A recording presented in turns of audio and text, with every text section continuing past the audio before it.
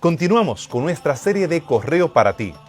Aquí en Evidencias hemos estado analizando las cartas que Jesús mismo le envía a las iglesias.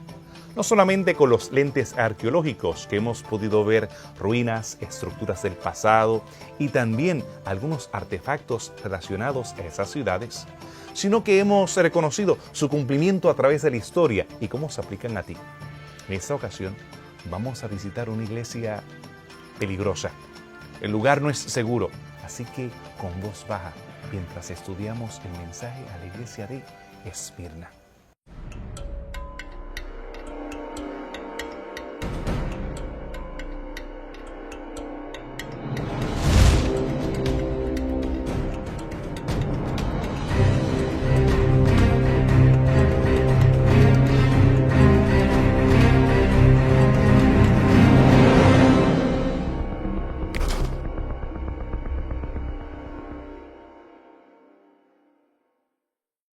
Gracias por los mensajes que nos han enviado a través de nuestra página en Facebook.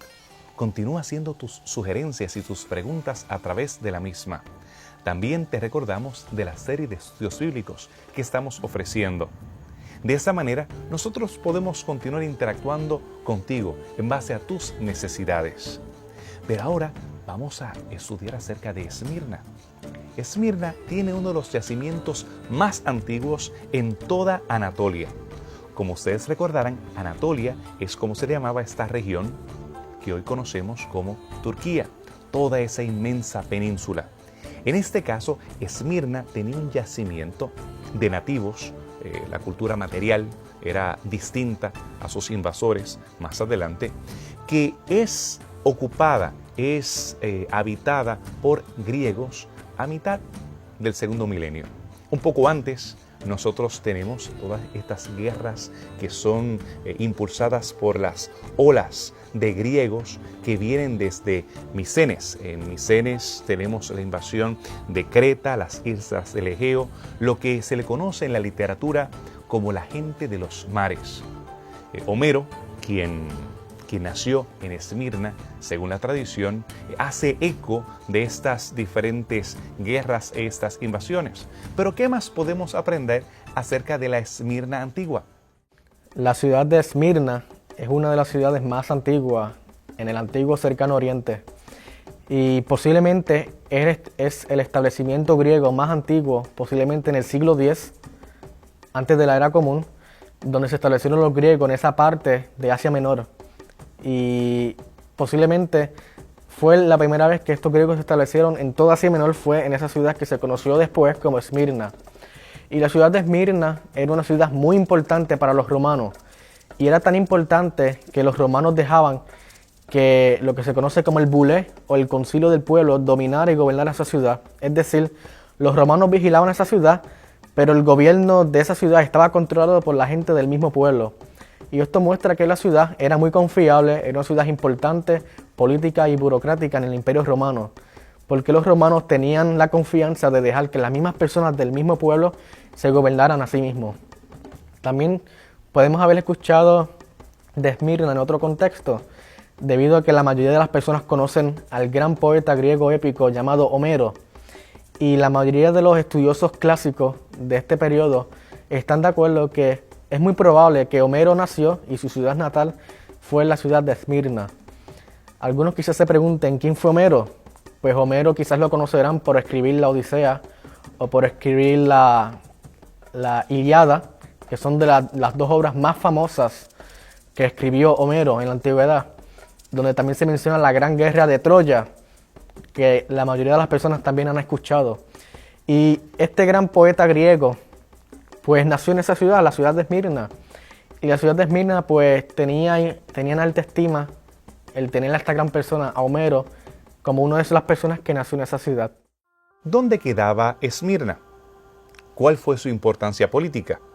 La mayoría de estas ciudades quedaban dentro de la misma península, dentro de Anatolia. Y si ustedes pueden contemplar en el mapa, podrán notar que comenzando con Éfeso, después con Esmirna, después con Pérgamo, todo es una ruta que es casi como la forma de un signo de interrogación. En este caso, Esmirna, al igual que Éfeso, tiene costa. El resto de las ciudades no tiene el mismo privilegio. Tiene una costa, un puerto muy importante. ¿Qué importancia tenía este puerto y cómo ayudó al desarrollo económico y cultural de Esmirna, especialmente después de la reconstrucción y embellecimiento de la misma en la época helenística, y cómo llega a estar para eso del primer siglo? Esmirna es la única ciudad de las 7 iglesias de Apocalipsis que todavía existe hoy en día. En el país de Turquía es hoy actualmente la ciudad de Izmir, y está ubicada Esmirna a unas 35 millas al norte de Éfeso, y era también, como Éfeso, una ciudad portuaria con un importante puerto marítimo que salía al mar Egeo. Eso lo hacía, junto con Éfeso, una ciudad importante y central para el comercio y la economía de los días. Políticamente, Esmirna es otro centro del poder imperial romano, junto con Pérgamo, con Éfeso y con Sardis. Ellos tenían también una asamblea provincial del Imperio Romano. Quiere decir que políticamente era importante, y es precisamente por su lealtad a Roma que la ciudad de Esmirna bien temprano alcanzó la condición de Estado libre, lógicamente debajo de las condiciones de la Pax Romana, ¿verdad? Debajo de las condiciones del Imperio Romano, debido a la lealtad que ellos habían mostrado con el imperio. Quiere decir que políticamente era central la ciudad de Esmirna para todo el Asia Menor y las demás ciudades del Asia Menor. Económicamente, la ciudad era central para el comercio, o sea, todo el comercio que venía desde Lidia, ¿verdad?, tenía que pasar por Esmirna, y lógicamente si ibas un poco más al norte de Éfeso, el puerto mandatorio para detenerse y hacer comercio era Esmirna. Y Esmirna, además, económicamente era importante por los avances que ellos tenían en la medicina. O sea, hubo avances importantes médicos, y las personas venían a la ciudad a tratarse médicamente, y eso, por supuesto, traía recursos financieros a la ciudad.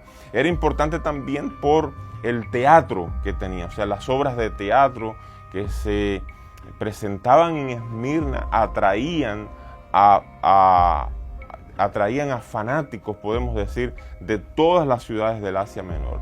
El teatro era central, así como también el circo, donde se presentaban todas estas batallas en el siglo I, en el tiempo del Imperio Romano. Quiere decir que la importancia cultural de la ciudad y la ubicación geográfica de la ciudad le hacían económicamente próspera. Sin embargo, yo creo que tenemos que puntualizar que Esmirna se convierte en un centro importante en los días de Juan por la centralidad religiosa, o sea, por ser el centro de la devoción a Roma, no solamente desde la perspectiva política, sino desde la perspectiva religiosa.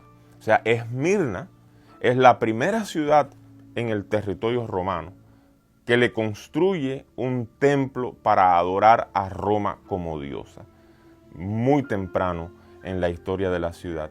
Y es la ciudad que en el año 26, compitiendo con otras 10 ciudades, gana una nominación para construir un templo para adorar al emperador romano, en este caso Tiberios, en sus días. La lealtad de Esmirna, no solamente política, sino también religiosa, es importante para lo que nosotros vamos a ver que Juan está diciendo sobre los problemas que la iglesia va a afrontar en la ciudad de Esmirna. Para males peores, en la ciudad de Esmirna había una comunidad bastante importante de judíos. Y los judíos habían adquirido en la ciudad de Esmirna, de parte de la administración de la ciudad y también de parte del Imperio Romano la autorización para guardar su propia religión, para adorar en su propia manera. Así que ellos veían a los cristianos con sospecha, porque las actividades cristianas, de alguna manera, los judíos creían que ponían en riesgo las libertades que ellos habían adquirido. Así que la comunidad judía de Esmirna era una de las más virulentas en contra de la comunidad cristiana, en contra de la iglesia cristiana. Así que vamos a encontrar que ellos se unen, ¿verdad?, con los paganos y con los adoradores del emperador y de la ciudad de Roma en la persecución de los cristianos en Esmirna. Entonces no es de extrañarnos a nosotros que la ciudad es conectada en el mensaje del apóstol Juan a la iglesia de Esmirna directamente con la persecución. O sea, el culto imperial es precisamente el punto álgido que trajo las reacciones más fuertes del imperio contra la iglesia cristiana. La Esmirna de Homero, muy importante en la antigüedad, continuó siendo importante a través de la época helenística, especialmente después del embellecimiento de esta importante ciudad. Pero, ¿qué nosotros podemos ver hoy de lo que había en la antigua Esmirna? Si quieres escuchar más detalles acerca de los yacimientos y la excavación de esta importante ciudad, quédate con nosotros después de esta pausa aquí en Evidencias.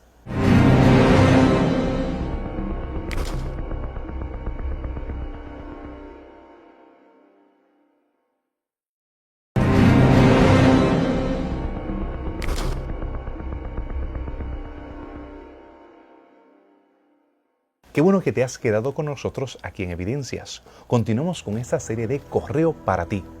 Hemos dedicado esta serie a las 7 iglesias de Apocalipsis, con mensajes que son para ti.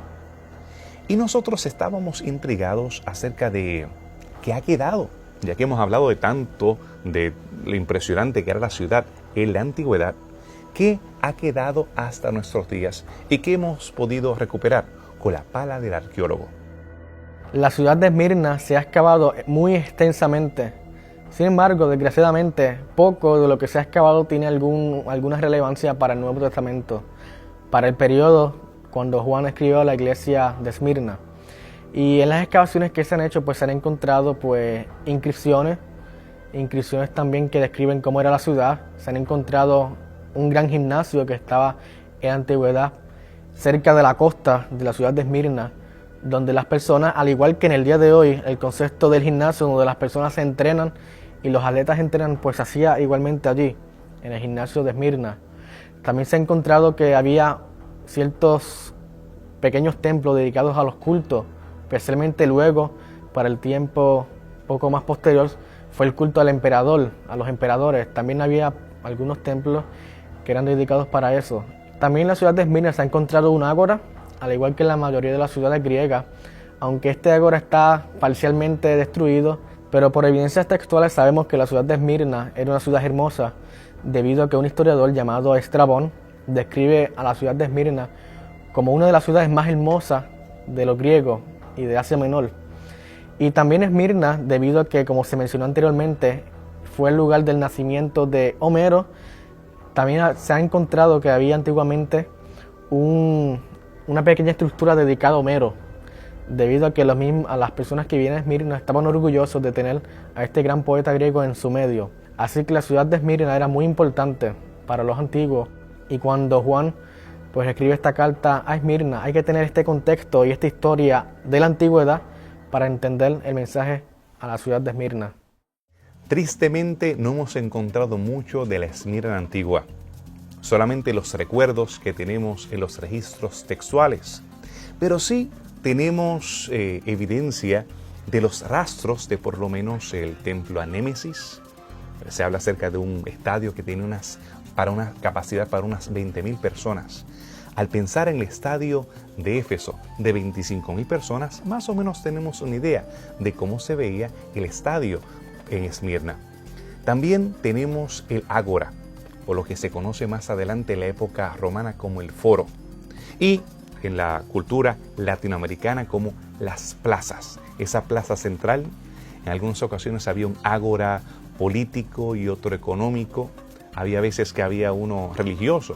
Esa plaza, esa área en la cual se congregaban las personas, había tiendas, había ventas, había también reuniones políticas y procesiones religiosas. Y nosotros podemos tener por lo menos el ágora de Esmirna, pero nada más de la misma.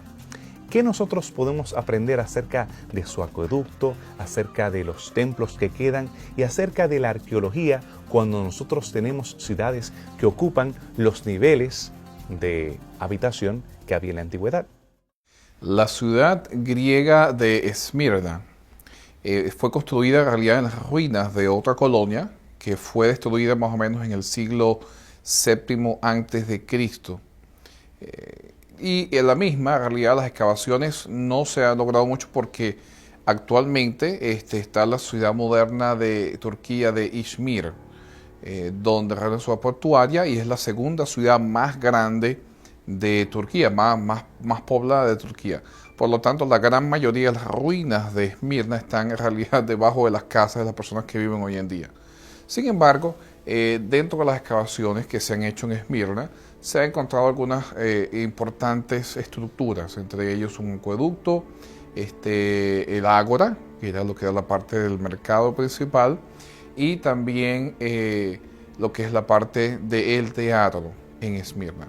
Ahora, la ciudad de Esmirna en realidad, luego de haber sido destruida, llega a ser reconstruida durante la época de la guerra del Diadochio, los 4 generales de Alejandro el Grande que a su muerte comenzaron a dividirse todo el territorio conquistado, y es en esta época donde Lisímaco viene y reconstruye. Estamos hablando del año 281 antes de Cristo, más o menos esa época. Él viene y reconstruye la ciudad. La ciudad es una ciudad portuaria, contenía un árbol que era en realidad una especie, un término para que es un puerto antiguo que se construía justamente en el mar para evitar que el oleaje creara daños dentro de las embarcaciones que venían, y por su localidad, tanto cerca del mar como en lo que se llama, lo que era el camino o la ruta real en la provincia de Asia, Esmirna tenía un sitio prominente dentro de la actividad comercial y cultural de la antigua Grecia, y luego siguió con la misma tradición durante la época romana. Por lo tanto, la ciudad era centro de comercio en toda la provincia de Asia. De hecho, una de las ciudades más importantes que existían desde el punto de vista comercial. Una de las características quizás más resaltantes dentro de la ciudad de Esmirna es el número de sinagogas que se encontraron en esta ciudad. En el mensaje del Apocalipsis, una de las características de esta ciudad es que se le llama la ciudad donde está la sinagoga de Satanás, en una referencia hacia la oposición que los mismos judíos harían hacia los cristianos. Y aparte de eso, como todo centro portuario, comercial y centro cultural, obviamente la influencia de las tendencias secularistas dentro de esa ciudad eran bastante fuertes. Por lo tanto, hacía el hecho de que ser cristiano dentro de la misma se convirtiera aún más en una tarea un poco más difícil. No tenemos mucho acerca de la Esmirna antigua que se ha preservado hasta nuestros días. La ciudad que ocupa ahora y ha arropado la ciudad antigua es muy importante. Es la tercera ciudad más importante en toda Turquía. Su historia turbulenta y sangrienta ha escrito algunos capítulos recientemente durante el siglo XX. Pero ¿qué podemos aprender acerca del cumplimiento profético? De lo que escribe el testigo fiel y verdadero, del mensaje que tiene para ti. Quédate con nosotros después de esta pausa aquí en Evidencias.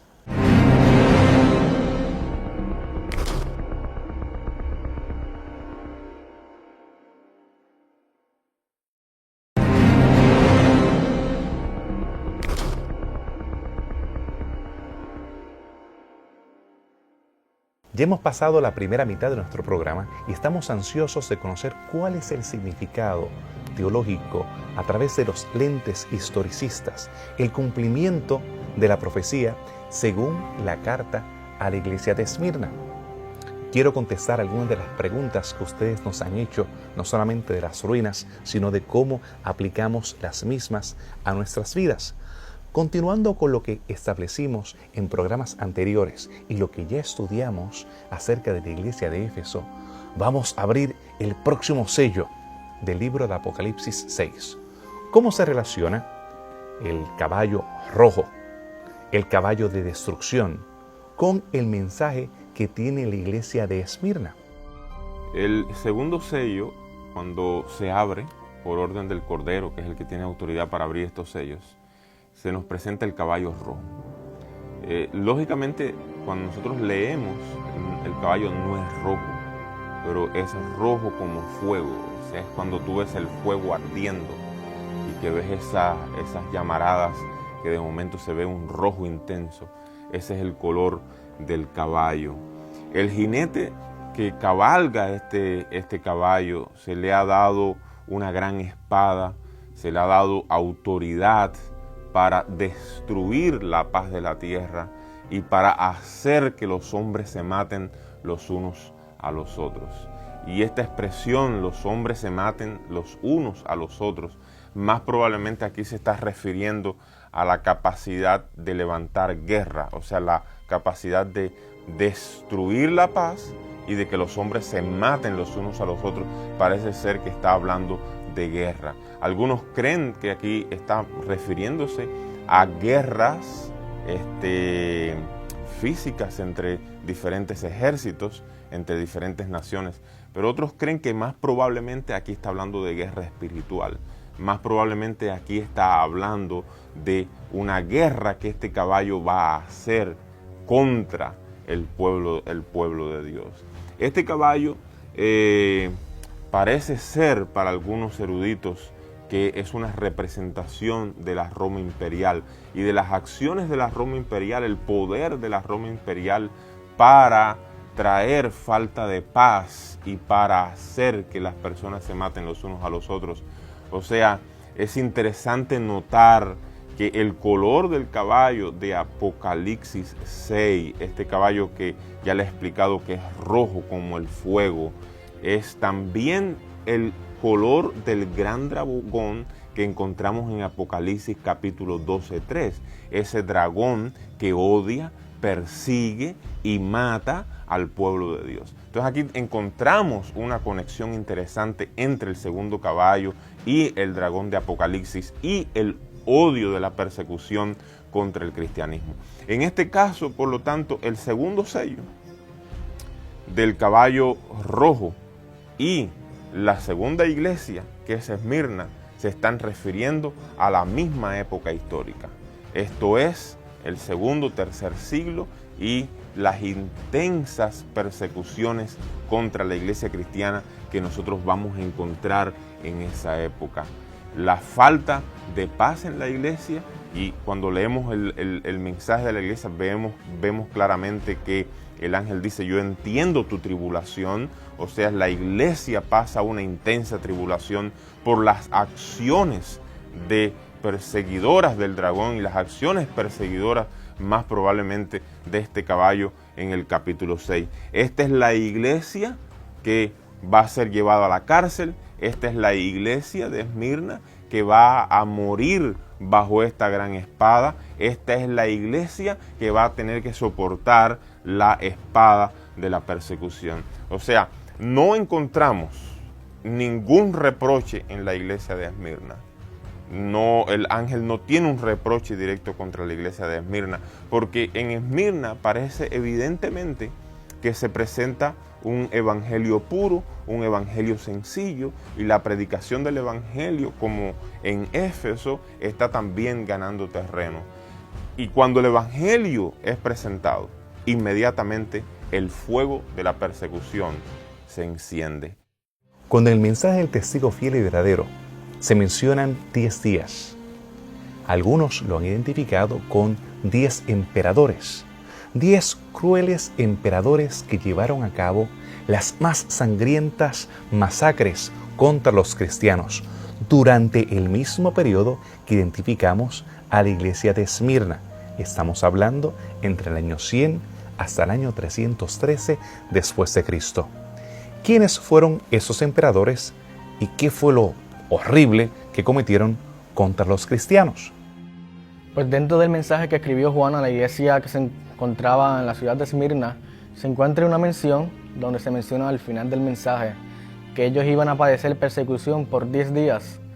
Y estos 10 días y esa cantidad pues se ha tomado y se ha interpretado de cientos de maneras diferentes, dependiendo a qué persona le preguntes y en qué tiempo la persona está interpretando.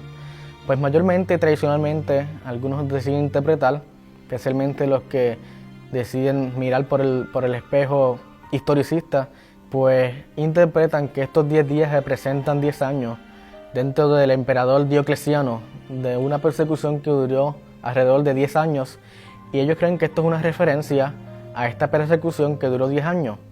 Otras personas pues deciden hacer una relación entre el número 10 y el número de emperadores que tenían el título de César. Estos emperadores pues son Nero, Domiciano, Trajano, Píos, Marcos Aurelio, Severus, Traciano, Decio, Valerio y Diocleciano. Y en total, estos emperadores suman a 10 y utilizaron el título de César cuando se hicieron emperadores.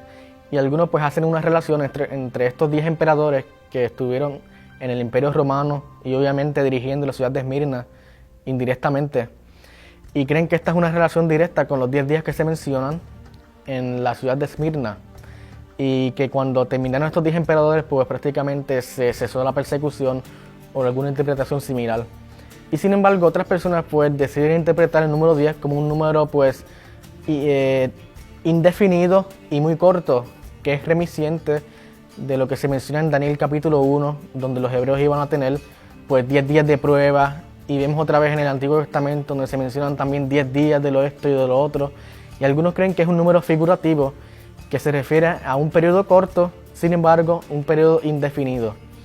En otras palabras, pues algunos creen pues o que esto se representa 10 años de persecución, o que esto representa persecuciones durante estos 10 emperadores que duraron por muchos años, o estos 10 días representan un periodo corto o indefinido. Y dependiendo cómo la persona lo interprete, pues se decide interpretar otras partes también en el libro de Apocalipsis. Y también se puede relacionar esto con el martirio de Policarpo, un obispo que estuvo en la ciudad de Esmirna alrededor del siglo II y que fue martirizado alrededor del final del siglo II también. Y algunos creen que con el martirio de Policarpo, pues esto se relaciona de alguna manera u otra con el fin de la persecución, o al menos con el contexto de la persecución que estaba ocurriendo en la ciudad de Esmirna, ya que la ciudad de Esmirna fue una de las ciudades que sufrió persecuciones duramente en algunos periodos históricos de esa ciudad, antes de que el emperador Constantino pues diera el decreto de cesar de estas persecuciones y diera libertad religiosa a los cristianos. Así que la ciudad de Esmirna pues fue una ciudad perseguida, y el mensaje de Esmirna pues puede ser interpretado de todas estas maneras, dependiendo cómo se interprete pues estos 10 días que se mencionan allí. Las persecuciones sufridas por los primeros cristianos fueron impresionantes. Uno de los discípulos de Juan, el discípulo amado, aquel que escribió el libro de Apocalipsis, fue el jovencito Policarpo. Policarpo siguió siendo fiel al Señor y se convirtió en el obispo de la iglesia de allí de Esmirna. Y en una de estas persecuciones fue tomado y fue llevado hasta el estadio, que estaba lleno de una multitud sedienta de sangre y odiando a los cristianos, porque hay que recordar que cuando había alguna situación de problemas agrícolas, sequías, fuegos, a quienes acusaban eran a los cristianos. En este caso traen a Policarpo, y el procónsul quería salvar su vida y le dice: Policarpo, por respeto a tu edad, simplemente maldice a Jesús y di fuera con los ateos, porque ateos es como le llamaban a los cristianos. Es interesante notar que los cristianos eran acusados de comer carne, porque ellos hablaban acerca del cuerpo de Cristo, le llamaban caníbales, y le llamaban ateos, porque en vez de cumplir con servir a todos los dioses de ese panteón, ellos creían en un solo Dios, y por lo tanto eran despreciados como ateos, y tenían que ofrecer incienso en el culto imperial. Él le decía, invoca al genio, invoca a este ángel guardián, y con esto preservaremos tu vida. Y la multitud gritaba, ateo, ateo, ateo. Y aquel ancianito Policarpo enderezó su cuerpo y dijo, durante 86 años he servido a mi Dios y mi Salvador. ¿Cómo podré negarle? Y entonces el fuego de la hoguera se levantó y aquel hombre de Dios entregó su vida en martirio por amor al Maestro. Esta es en esencia la experiencia de nuestros hermanos en la época de Esmirna. Pero todavía hay algo que el testigo fiel y verdadero quiere decirte a ti. Quédate con nosotros después de esta pausa aquí en Evidencias.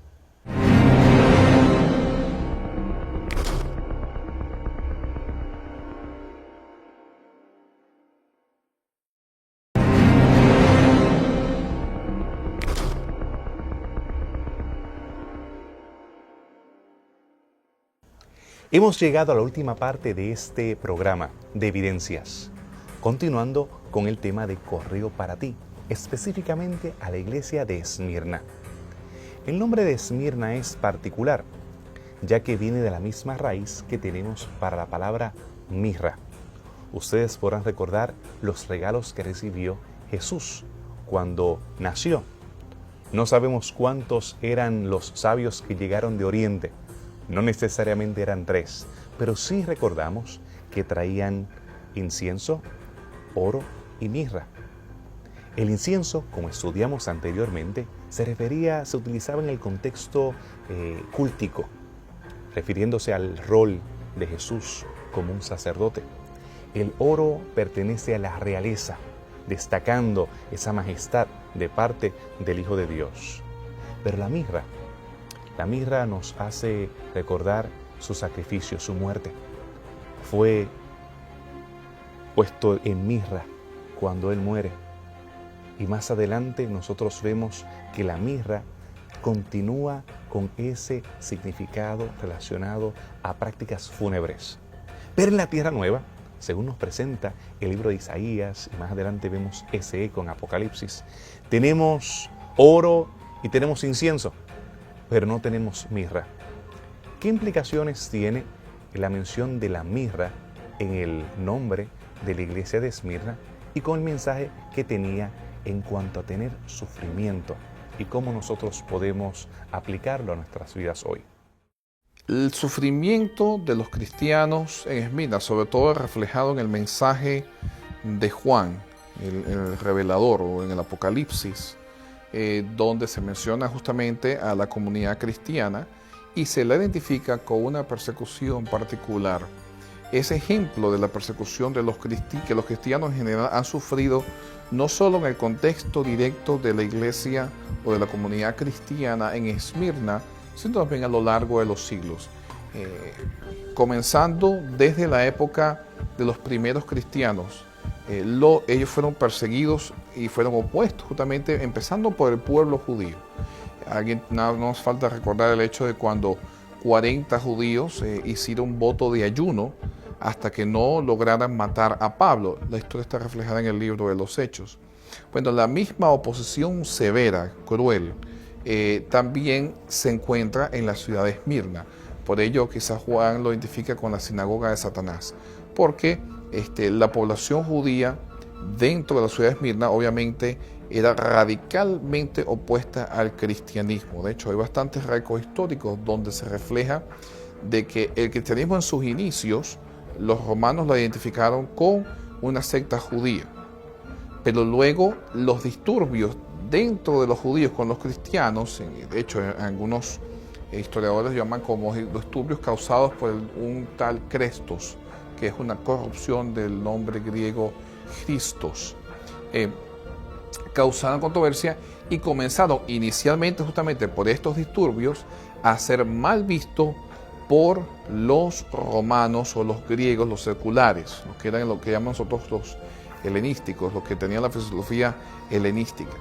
Por lo tanto, comenzaron también a ser perseguidos por ellos y llegó un momento en que inclusive la oposición fue tan grande que muchos de ellos fueron obligados a firmar un acuerdo de lealtad al emperador romano o de lealtad a Cristo.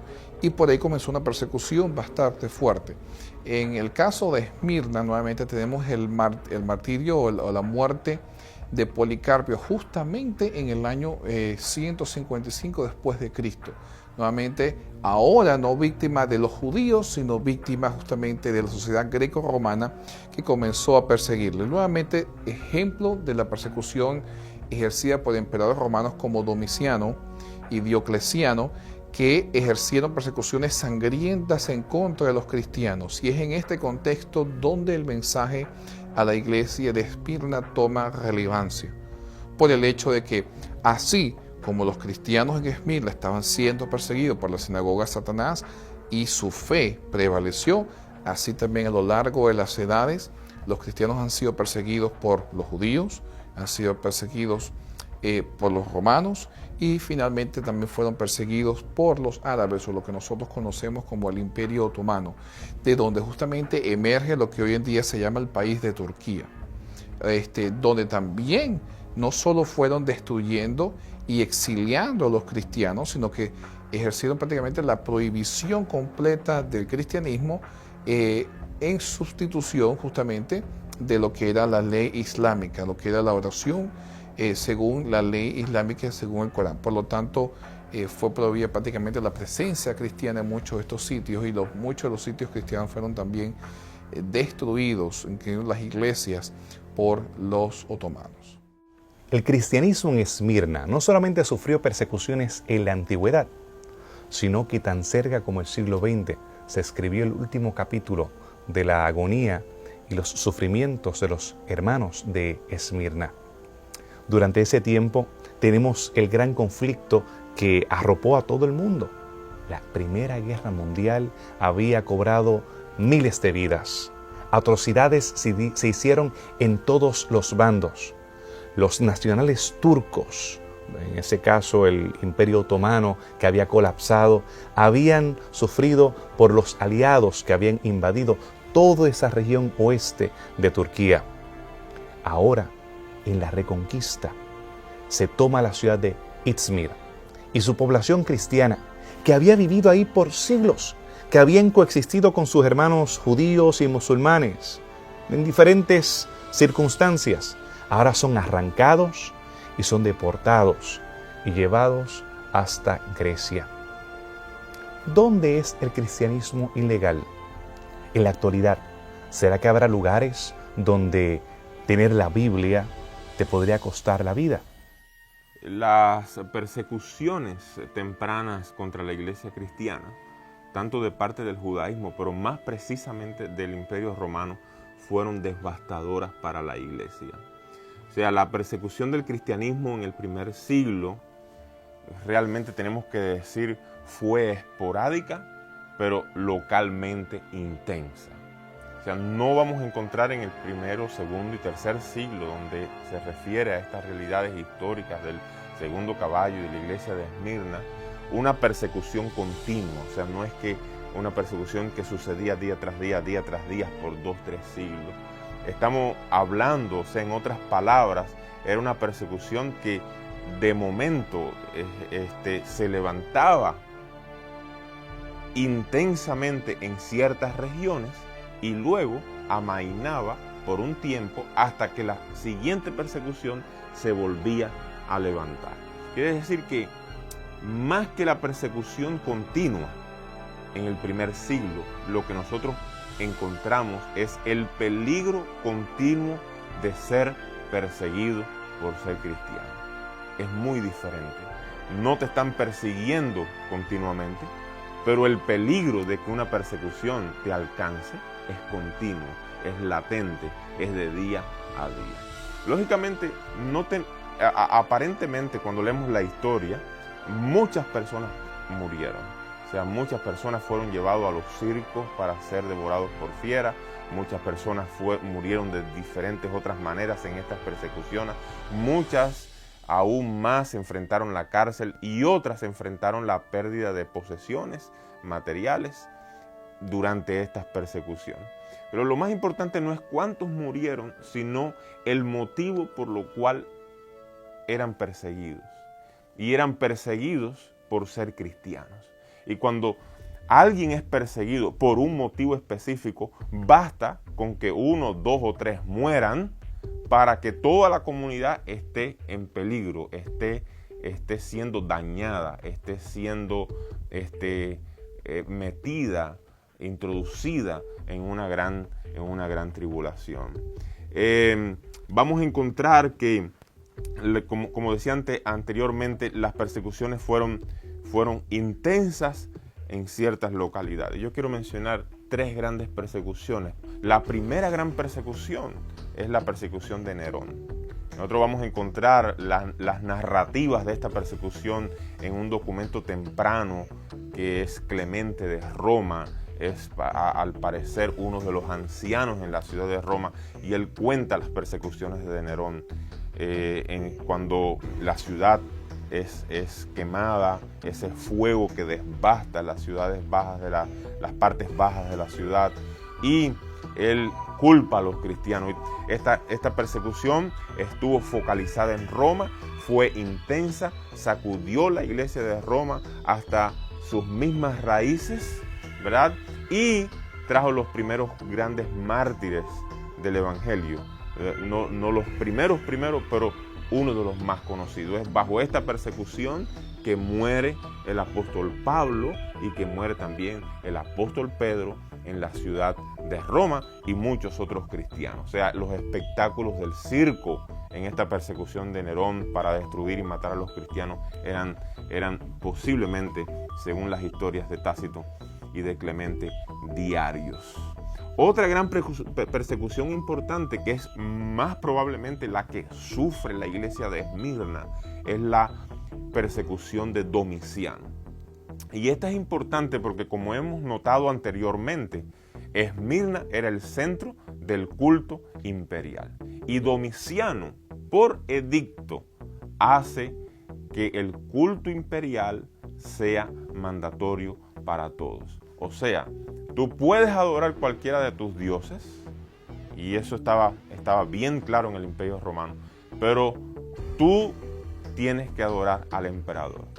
No solamente por lealtad religiosa, sino es la manera de mostrar lealtad política. Así que la persecución de Domiciano, que va a alcanzar a las iglesias del Asia Menor, y que posiblemente es la persecución que Apocalipsis 2 nos narra en la iglesia de Esmirna, esta persecución fue intensa localmente, localizada geográficamente en la zona de las iglesias del Asia Menor, y aquí ya vamos a encontrar que está directamente conectada con el culto imperial, la adoración al emperador.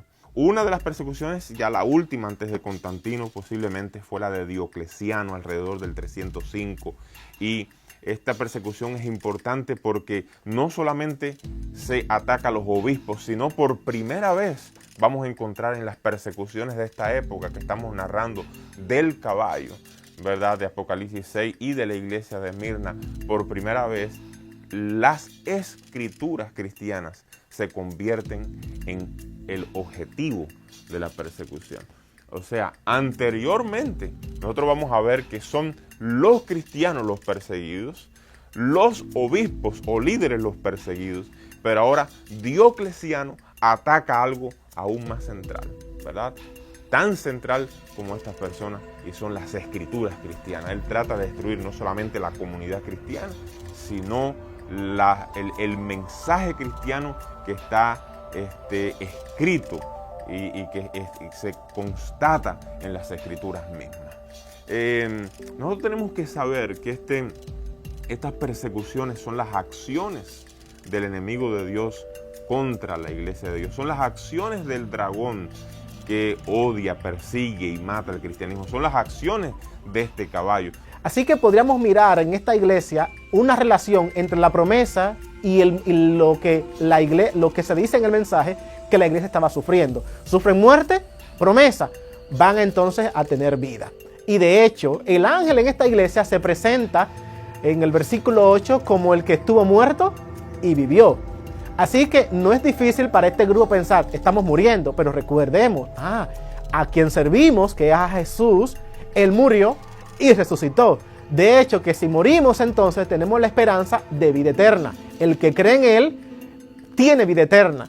Y de esta manera se conjuga en esta iglesia de Esmirna la esperanza de tener una vida renovada, una resurrección para aquellos que vencieren y que no son desleales, que deciden soportar y aguantar, no importa la tribulación que pasen. Y esto le ha dado mucha fuerza a través de la cristiandad a muchas personas, no solamente a los judíos durante el tiempo nazi, que utilizaron a Daniel para decir que Daniel soportó y aguantó cuando los 3 jóvenes hebreos, por ejemplo, Nabucodonosor los retó, que si no lo adoraban lo iban a matar. A Daniel en el capítulo 6, que si no adoraba a Darío lo iban a arrojar en un foso de los leones. Los cristianos, por su parte, utilizaron estos versículos de mirar esperanza en tiempo de persecución, y cuando fueron agolpeados, asesinados, en el caso de los valdenses en la Edad Media, miraron estos versículos para encontrar fuerza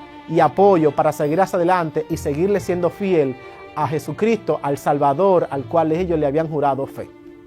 La iglesia temprana, y yo creo que es importante para nosotros hoy en día saber eso, conceptualizó bien temprano, notó bien temprano que seguir a Cristo representa ser impopular, representa vivir en los márgenes de la sociedad, representa ser perseguido y ser proscrito.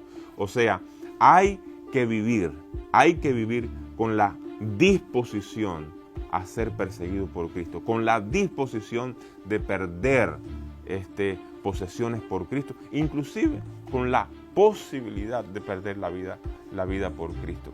Y aunque en nuestra sociedad en Occidente, gracias a Dios, nosotros no enfrentamos como la iglesia de Esmirna persecuciones por nuestra fe, en muchas comunidades cristianas del Oriente, hoy día, en este momento en que estamos observando este programa, hay cientos de personas siendo perseguidas porque son cristianos. Quiere decir que como en el siglo I, puede ser que la persecución no sea constante, pero el peligro de ser perseguido por ser cristiano es un peligro que siempre está presente, es un peligro que siempre va a ser constante. Las personas que vivían en Esmirna esperaban algún mensaje de aliento. Me imagino ellos rodeando a aquel joven que traía el pergamino, o tal vez el papiro, donde había escrito Juan, y están ansiosos por escuchar el mensaje. Y sí, se sienten animados que el testigo fiel y verdadero empatiza con sus sufrimientos, comprende sus dificultades y desafíos, y tal vez esperaban alguna promesa, que ellos serían liberados de ese yugo, que les iba mal, pero les iba a ir mejor. Pero no, de mal les iría peor. Jesús les asegura que si ahora las cosas estaban difíciles, se complicarían aún más. Pero ¿qué pasa? ¿Por qué hay dolor? ¿Por qué hay muerte? ¿Por qué hay sufrimiento? Eso contrasta con el evangelismo de la prosperidad que muchos nos quieren pintar hoy. No te preocupes, si estás enfermo, yo te declaro sano. Si te hace falta una casa, ve a ese lugar donde te gustaría construir una casa y decláralo tuyo. Y de esa manera muchas personas se han puesto a comprar casas y carros que después no pueden pagar. Y se han declarado en quiebra. Y aquellos que creían que estaban sanos y que ya no tienen que continuar con los medicamentos que le habían prescrito, con una fe que ha ido más allá de la fe y ha sido presunción, no están con nosotros. Pero en el medio del dolor y la dificultad, Jesús les asegura la resurrección. Jesús les asegura que Él que resucitó de los muertos, le garantiza la vida eterna. Yo no te puedo prometer prosperidad, ni una casa, ni un carro, ni un refrigerador lleno cada vez que lo abras. Cuando leemos el libro de Hebreos, el capítulo 11, sí podemos recordar a aquellos que derribaron murallas, que apagaron fuegos, que vieron resucitar a los muertos. Pero lean el resto del capítulo. La mayor parte del capítulo nos habla de aquellos que fueron perseguidos, que estaban con pieles de oveja, como los que estaban en el circo romano. Aquellos que sufrieron dificultades y que al fin del día perecieron, pero con una bendita esperanza. Aquel que venció la muerte, Jesús mismo, les garantiza la vida eterna. En medio de tu dolor, en medio de tus circunstancias difíciles, yo te aseguro la presencia de Cristo Jesús. Sí es cierto que Jesús te pudiese prosperar. Es cierto que te pudiese dar un lugar, un techo donde tú habites. Sin lugar a dudas, Él puede sanar tu enfermedad. Pero no condiciones la presencia del Maestro. Acepta su abrazo, acepta su presencia a tu lado en cualquier circunstancia y ten la seguridad que Él estará contigo por la eternidad.